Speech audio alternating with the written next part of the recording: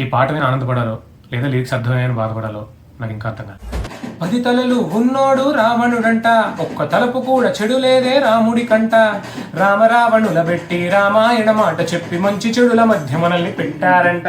ఇది మంచి ఇది చెడు అని చెప్పి పెంచడం మొదలు పెట్టారు. ధర్మాన్ని తప్పనోడు ధర్మరాజట, దయలేని వాడు యమ ధర్మరాజట. వీడి బాట నడవకుంటే వాడి వేటు తప్పదంటూ ఈ బ్రతుకును నాటకంగా ఆడిస్తున్నారంట.